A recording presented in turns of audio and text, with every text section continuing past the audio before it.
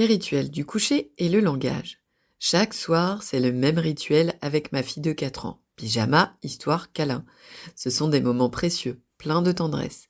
Mais je me demande aussi si ces instants comptent pour son langage. Elle me réclame toujours la même histoire. Est-ce simplement une habitude rassurante ou une manière d'apprendre à parler? Pourquoi le rituel du coucher est si précieux? Le rituel du coucher est bien plus qu'une succession de gestes pour guider l'enfant vers le sommeil. C'est un moment de transition entre l'agitation de la journée et le calme de la nuit. Cette transition repose sur la répétition et la prévisibilité, deux éléments essentiels pour rassurer l'enfant et l'aider à se sentir en sécurité seul dans son lit.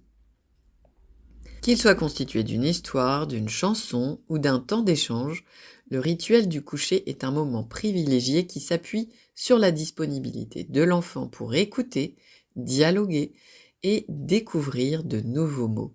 Il crée un espace d'attention partagé où le parent et l'enfant se concentrent ensemble sur un même support, un livre, une comptine, le récit de la journée ou un souvenir. C'est aussi un temps propice à la répétition. Les histoires relues encore et encore consolident le vocabulaire et les structures de phrases. C'est dans ce climat tendre et sécurisant, souvent répété, que l'enfant se trouve dans les conditions idéales pour apprendre. Le langage au cœur des rituels du soir. Lire une histoire, c'est plonger dans un univers où les personnages parlent, agissent et ressentent. Chaque page introduit de nouveaux mots, parfois peu présents dans le quotidien. L'enfant apprend à suivre une trame, à comprendre les liens entre les événements, à repérer un début, un déroulement et une fin. Autant de compétences précieuses pour raconter plus tard et progressivement pour écrire. Les comptines, quant à elles, sont le langage en musique. Elles soutiennent le développement de la conscience des sons de la langue, la mémoire auditive et la musicalité. Chanter ensemble installe un rythme et une mélodie qui facilitent la mémorisation des mots. Enfin, discuter calmement en tête-à-tête avec son parent aide l'enfant à mettre en mots sa journée. Lui proposer de raconter un événement vécu ou d'évoquer ce qui est prévu le lendemain favorise l'expression des expériences personnelles et des émotions. Pourquoi les enfants aiment entendre la même histoire encore et encore? Tous les parents l'ont constaté, les enfants réclament souvent le même livre, parfois pendant plusieurs semaines. Cela peut sembler monotone pour l'adulte, mais c'est un véritable moteur d'apprentissage pour l'enfant. Savoir ce qui va arriver le rassure et lui donne le sentiment de maîtrise de l'histoire. Il peut anticiper, vérifier qu'il ne se trompe pas et ainsi se sentir en sécurité. Chaque relecture permet de mieux comprendre une tournure de phrase ou de fixer de nouveaux mots. Reconnaître une phrase, compléter une rime ou deviner la suite procure une grande satisfaction. La répétition favorise aussi la mémorisation à long terme et soutient l'envie de raconter à son tour. Demander la même histoire, ce n'est donc pas un caprice, mais une stratégie naturelle d'apprentissage. Le développement du langage selon l'âge. 0 à 2 ans, l'enfant aime écouter une voix familière, regarder des images simples et manipuler des livres cartonnés. Le rituel soutient la reconnaissance des sons et l'émergence des premiers mots. De 2 à 4 ans, le vocabulaire s'enrichit.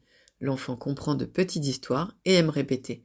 Les échanges autour du livre stimulent l'apparition de phrases de plus en plus longues. De 4 à 6 ans, l'enfant anticipe, pose des questions et commence à raconter. Le rituel devient un support pour structurer son discours. Au-delà de 6 ans, même lorsque l'enfant sait lire, la lecture partagée garde tout son intérêt. Elle introduit un vocabulaire plus complexe, aborde de nouveaux thèmes et maintient le lien affectif. Idée pratique pour enrichir le langage au coucher. Nommer et commenter, décrire les gestes du rituel. On met le pyjama rayé, tu choisis le livre de la grenouille. Varier les intonations, donner une voix différente à chaque personnage. Poser des questions ouvertes ou indirectes. Je me demande pourquoi le héros est triste, plutôt que « est-ce qu'il est triste ?» Inviter l'enfant à compléter en laissant une phrase en suspens. Introduire de nouveaux mots, expliquer brièvement un terme difficile avec un exemple concret. Encourager la narration. Proposer à l'enfant de raconter ce dont il se souvient de l'histoire de la veille. Respecter son rythme. accepter que l'enfant n'ait pas toujours envie de parler. Le silence partagé fait aussi partie du rituel. Les erreurs fréquentes à éviter. Lire trop vite, sans laisser le temps d'observer et de comprendre. Multiplier les histoires dans la même soirée.